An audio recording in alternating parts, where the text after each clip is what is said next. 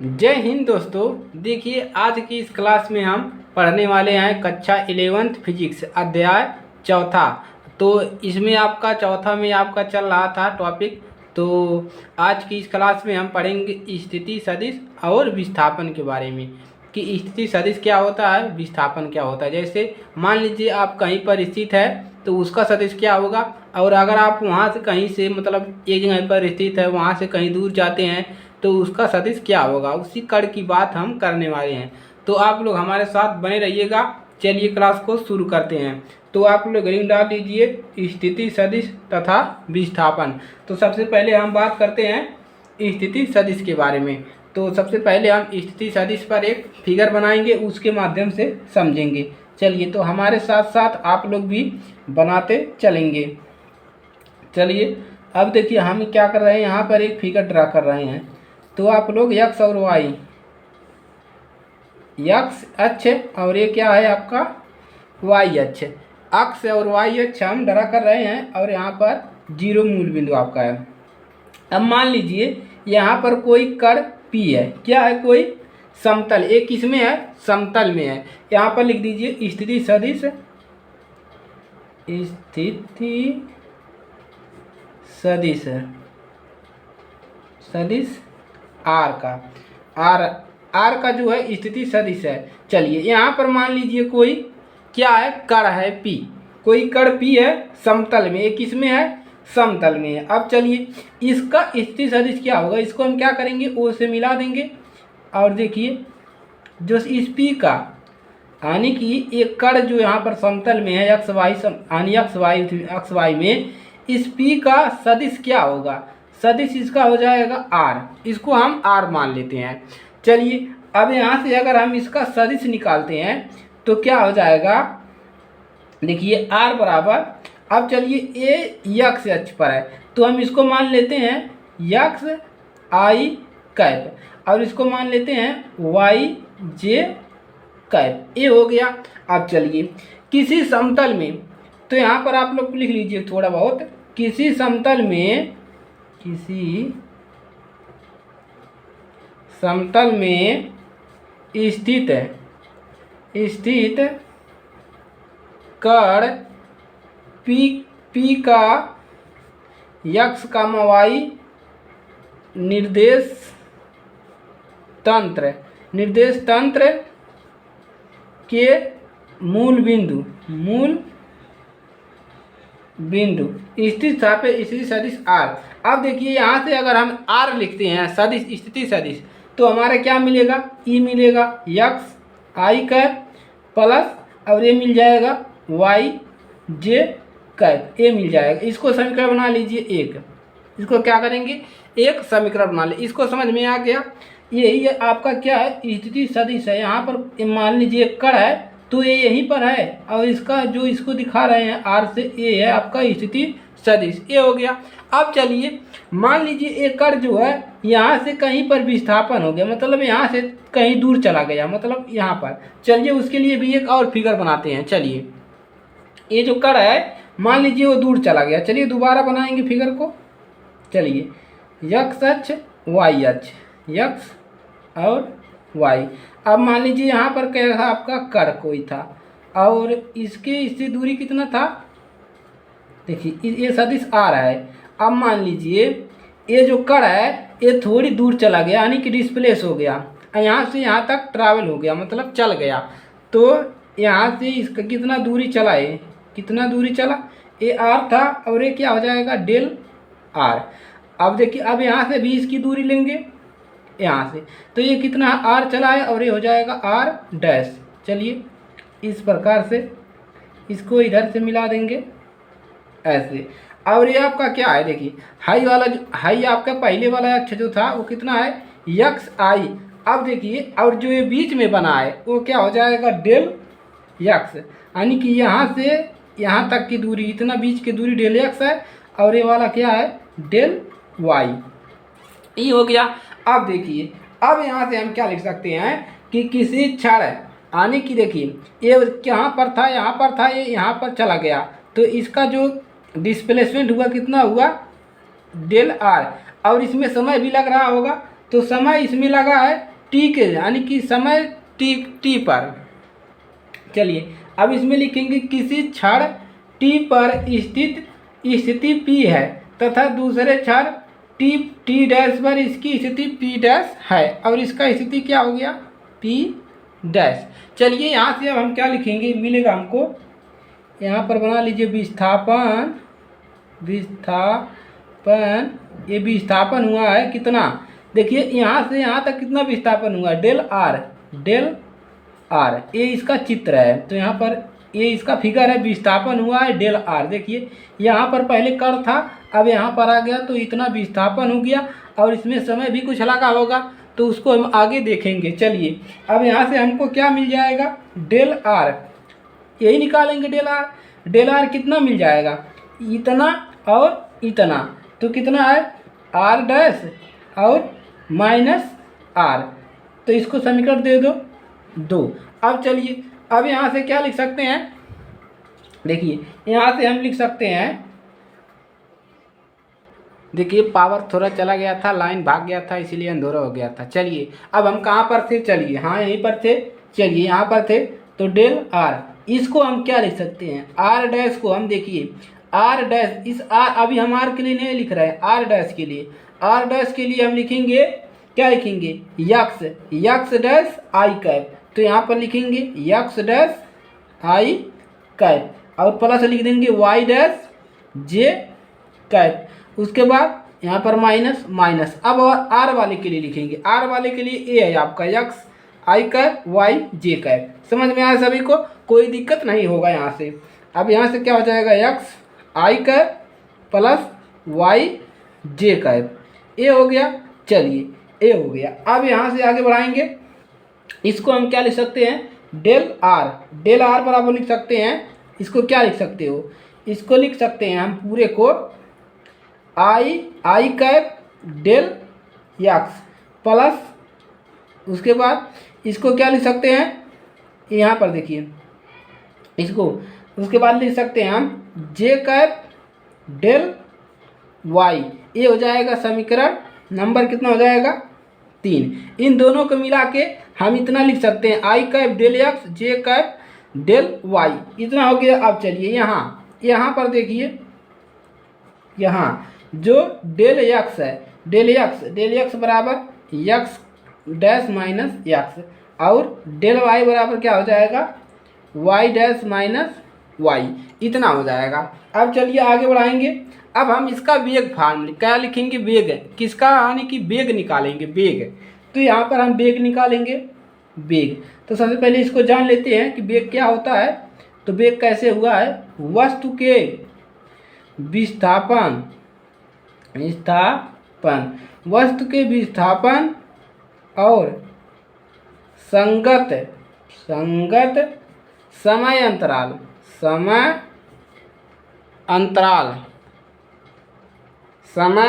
अंतराल के अनुपात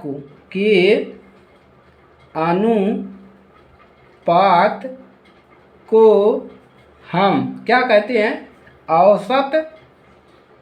औसत वेग, इसको बी बार से दिखा रहे हैं, कहते हैं। देखिए इसका कहने का मतलब, वस्तु के विस्थापन के, यानी कि जो यहाँ पर वस्तु है इसका जब विस्थापन हो रहा है, वस्तु के विस्थापन के और संगत, यानी कि इसके संगत समय अंतराल, यानी कि जब यहाँ से यहाँ तक जा रहा है तो कितना समय लग रहा है, अनुपात को हम औसत वेग कहते हैं। इसी के, यानी कि जो विस्थापन हो रहा है और जो समय लग रहा है उसी के अनुपात को हम कहते हैं वेग कहते हैं। समझ में आ गया। चलिए अब आगे बढ़ेंगे, देखेंगे। चलिए आगे बढ़ते हैं, तो यहाँ से आगे बढ़ेंगे। चलिए अब देखिए यहीं से हम आगे बढ़ जाते हैं, कोई दिक्कत नहीं होगा। चलिए अब यहाँ से हमको क्या मिल जाएगा, वेग हमको यहाँ से मिल जाएगा, यानी कि v बराबर v बार मिल जाएगा डेल आर विस्थापन हो रहा है और इसमें समय कितना लग रहा है, डेल टी, इसमें इतना समय लग रहा है, ये हो गया। अब चलिए इसको हम क्या लिख सकते हैं, इसको हम लिख सकते हैं डेल आर को डेल एक्स आई, देखिए डेल एक्स आई, देखिए यहाँ पर मिला है डेल आर बराबर डेल एक्स आई और प्लस डेल वाई जे को हम इसमें पहले है और इसमें हम बाद में कर दिए, उससे कोई दिक्कत नहीं होगा। अब बटा में कितना हो जाएगा, डेल टी, ये हो गया। अब चलिए यहाँ से क्या लिख सकते हो, देखिए आई, अब इसको हम क्या करेंगे, यक्स, डेल एक्स को यक्स के लिए लिखेंगे, तो डेल यक्स बटा में डेल टी। इसी प्रकार इसको लिखेंगे जे कैप, यहाँ पर कैप लगा दीजिए, जे कैप और डेल वाई बटा में डेल टी, ये हो गया। चलिए अब क्या करेंगे, आगे बढ़ेंगे, इसको समीकरण नंबर दे दीजिए 4, समीकरण 4 दे दीजिए और ये आपका है बी बार। चलिए अब आगे बढ़ेंगे। अब देखिए इसको हम और क्या लिख सकते हैं, बी बार बराबर, इसको हम क्या लिख सकते हैं, देखिए इसको लिख सकते हैं del x upon del t को हम बी लिख सकते हैं, बी बार एक्स आई कैप, इतना लिख सकते हैं, और प्लस वी बार वाई जे कैप, इतना लिख सकते हैं। चलिए औसत वेग की दिशा वही है जो, यानी कि इसका भी दिशा वही है जो डेल आर की दिशा है, यानी कि डेल आर की जो दिशा है इसकी भी दिशा वही है। चलिए यहाँ से मिल गया। अब क्या ले, इसका हम लिमिट भी निकाल सकते हैं, इसको इसे रहने दीजिए। चलिए अब इसका हम औसत वेग का लिमिट कैसे निकालेंगे, तो उसको निकाल लीजिए। तो बी बराबर हम लिख लेंगे लिमिट, कहाँ से कितना समय लग रहा है, del t 0, del tends to 0, और क्या है आपका del r by D t.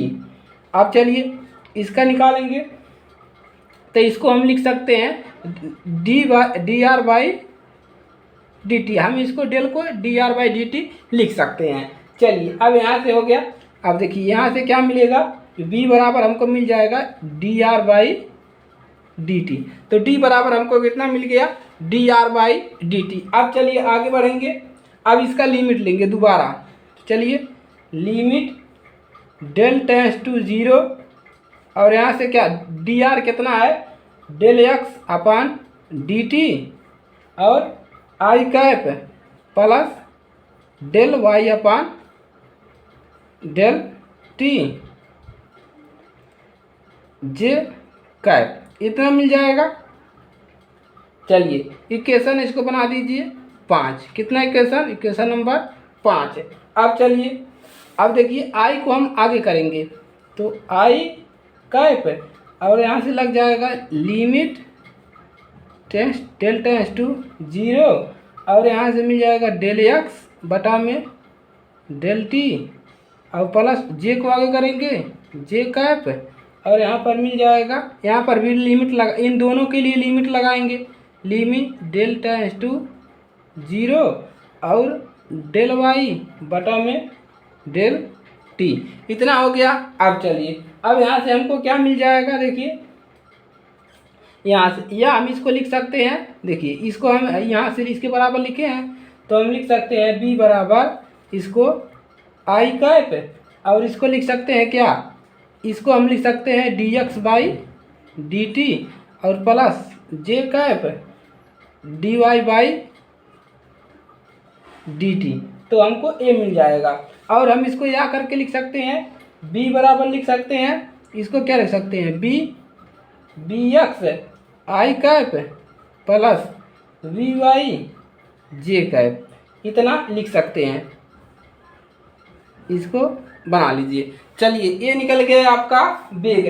अब इसको देखिए, इसको एक और फॉर्म में लिख सकते हैं अलग अलग। अब यहाँ से बी एक्स क्या है, बी एक्स बराबर आपका निकल जाएगा del x by D T, और बी वाई क्या है, बी वाई है आपका d Y by D t, यानी कि हम देखिए इसके स्थान पे, देखिए इसके स्थान पे हमने इतना रखा हुआ है, और इसके स्थान पे हमने बी एक्स रखा है, देखिए यहाँ पर हमने बी एक्स रख दिया, तो इसको आप यहाँ पर भी साइड में भी लिख सकते हैं।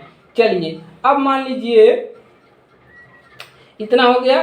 अब देखिए अगर मान लीजिए इसका हम निकाले, देखिए स्क्वायर करेंगे, तो b बराबर क्या मिल जाएगा, तो b बराबर मिल जाएगा यहाँ से b square x plus b square y, ये निकल जाएगा मान, एक मान यहाँ से निकलेगा, इसका भी प्रयोग होगा सवाल हल करने में, और एक मिलेगा, तथा इसकी दिशा को हम थीटा द्वारा निम्न प्रकार से व्यक्त होती है। यानी कि जब थीटा का मान कोण निकालना होगा तो कैसे निकालोगे कोण? कोण का सूत्र होता है, चलिए तो लिख लीजिए tan थीटा बराबर डी वाई बटा में बी यक्स। अब चलिए थीटा का मान यहाँ से निकालेंगे तो थीटा बराबर मिल जाएगा, इसको इधर लाएंगे तो इनवर्स हो जाएगा, tan इनवर्स और बी वाई बटा में बी यक्स। ये आपका थीटा का मान निकालने के लिए हो गया सूत्र। तो इससे आपका थीटा का मान निकल जाएगा और इससे आपका बेग का मान निकल जाएगा। चलिए अब हम बात करते हैं किसकी, अब हम अगर हमको त्वरण निकालना हो, क्या निकालना हो? त्वरण। तो त्वरण कैसे निकलेगा, चलिए उसको भी जान लेते हैं। चलिए त्वरण निकालेंगे। चलिए तो त्वरण निकालने के लिए हमको अलग से एक चित्र बनाएंगे। चलिए त्वरण निकालते हैं। क्या निकालते हैं? त्वरण। चलिए तो आप लोग लिखिए त्वरण, त्वरण इसको निकालेंगे। चलिए अब हम एक फिगर दोबारा बनाएंगे यक्स और वाई अक्ष का, यक्स अक्ष और ये है आपका वाई अक्ष और ये आपका 0 है। अब चलिए मान लीजिए यहाँ पर कोई पार्टिकल क्या है, पी है। अब देखिए यहाँ से इसका और इस प्रकार से ये पार्टिकल क्या है, इस प्रकार से जा रहा है। अब देखेंगे ये हो गया और ये कितना है, थीटा है और एक ये आपका है बी एक्स आई कैप और ये आपका बी है और ये है बी वाई जे कैप। देखिए ई वाला क्या है, हाई वाला एक्स है, देखिए हाई वाला एक्स है और हाई वाला वाई है। तो ई हो गया। अब चलिए अब क्या लिखेंगे यहाँ पर, देखिए यहाँ पर हम लिखेंगे एक्स वाई समतल में गतिमान वस्तु का औसत त्वरण ए उसके वेग में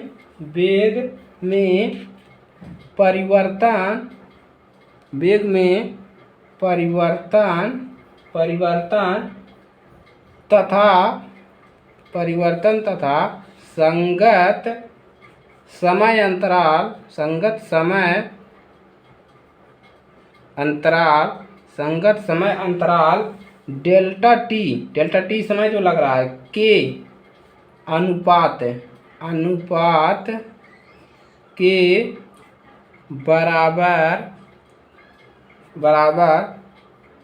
होता है। ये हो गया बराबर होता है। यहाँ से समझ में आया। अब यहाँ से हम त्वरण क्या लिख सकते हैं, ए बार बराबर लिख सकते हैं, क्या लिख सकते हैं, del b by del t. वही लिखेंगे डेल बी, यानी कि जो यहाँ से यहाँ तक हो रहा है और समय जितना लग रहा है। अब चलिए अब हम डेल बी को क्या लिख सकते हैं, डेल बी को हम लिख सकते हैं डेल बी एक्स आई कैप प्लस बी वाई जे कैप, जो वहाँ पर निकला है, और बटा में क्या लिख सकते हैं, डेल टी। अब चलिए वही फार्म बनेगा आपका यहाँ से। अब इसको देखिए क्या लिख सकते हैं हम, डेल इसका गुणा इसमें कर देंगे, डेल बी एक्स आई cap plus del B Y जे कैप बटा में क्या मिल जाएगा,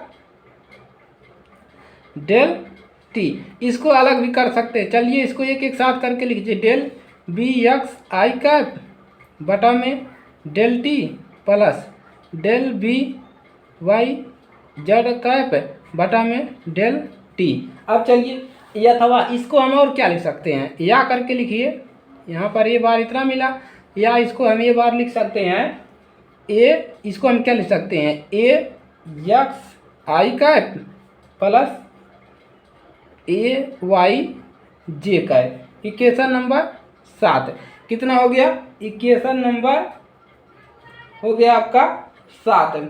चलिए इक्वेशन कितना हुआ, 6 हुआ, 6 इक्वेशन। चलिए यहाँ से ये मिल गया। अब देखिए जब समय अंतराल शून्य हो जाता है, अब मान लीजिए यहाँ से असलेशन आपका इस प्रकार से निकलेगा प्रश्न में। अब मान लीजिए यहाँ पर जो समय डेल्टा टी लग रहा था, यहाँ पर डेल्टा समय टी लग रहा था। अब क्या हो गया, मान लीजिए समय जीरो हो गया, तब क्या होगा, जब समय जीरो हो गया तब क्या होगा, तो लिखेंगे जब समय